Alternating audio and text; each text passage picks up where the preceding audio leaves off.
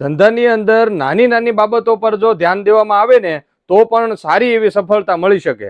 એવી જ રીતે આજે મારા કોઠા શૂઝ પ્રમાણે એક દેશી જુગાડ, જે તમે રિટેલ સ્ટોર ચલાવો છો અને લેડીઝ વેર અથવા તો ટેક્સટાઇલને લગતી કોઈ પણ આઇટમો સેલ કરો છો, અને જ્યારે તમે ખરીદીમાં જાઓ છો ત્યારે તમને કઈ વસ્તુ તમારા સ્ટોર ઉપર સેલ થઈ છે એ યાદ નથી રહેવાની. તો તમારે ત્યારે શું કરવાનું છે કે જ્યારે તમે જે વસ્તુનું સેલ બિલ બનાવો ત્યારે એ વસ્તુ, એ પ્રોડક્ટ અને એ પીસનો તમારે ફોનમાં ફોટો પાડી લેવો અથવા તો એમાંથી પોસ્ટર કાઢી લેવા જોઈએ.